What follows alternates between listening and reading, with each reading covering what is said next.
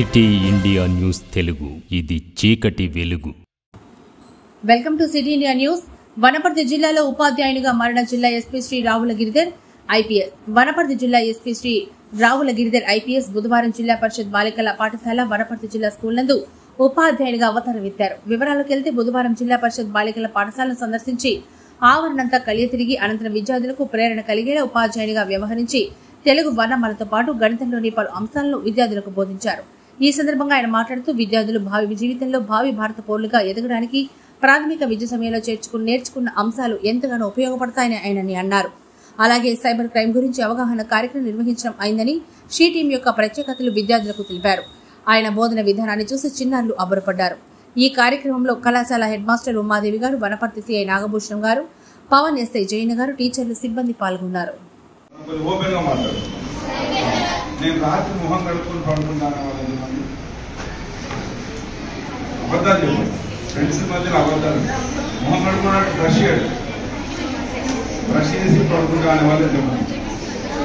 ఎంతమంది? కరెక్ట్గా ఒక 15 మంది ఉన్నారు, 20 మంది ఉన్నారు. సో మిగతా వాళ్ళందరూ కడుక్కోరండి. ఈ రోజు నుండి ఏం చేయాలి మనం?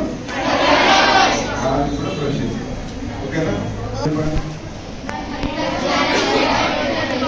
పెద్దవారికి స్మెల్ ఉండదు. వాష్ చేసుకుంటా హ్యాండ్స్ మీకు ఎత్తుగా. మరి మీరు సార్ మరీ చిన్నపిల్లలు చేస్తున్నారు కదా. సో మనం ఒక కొత్త విషయం ఏం తెలుసుకున్నాం, నైట్ కంపల్సరీ బ్రష్ చేసి పడుకోవాలి. దానివల్ల ప్రయోజనం ఏంటి? ఇబ్బంది రావు, వాసన రాదు.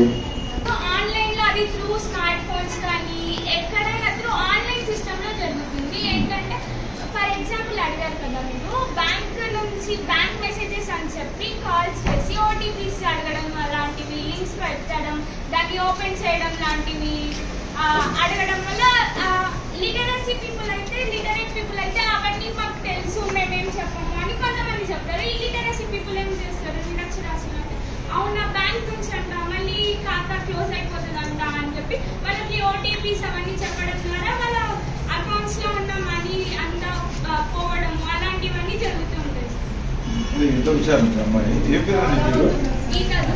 అయితే ఇక్కడ నుండి ఒక పని చేద్దాం, సైబర్ క్రైమ్ గురించి మీరు అవేర్నెస్ చేసేటప్పుడు ఈ అమ్మాయిలా తీసుకోండి ఊర్లలో.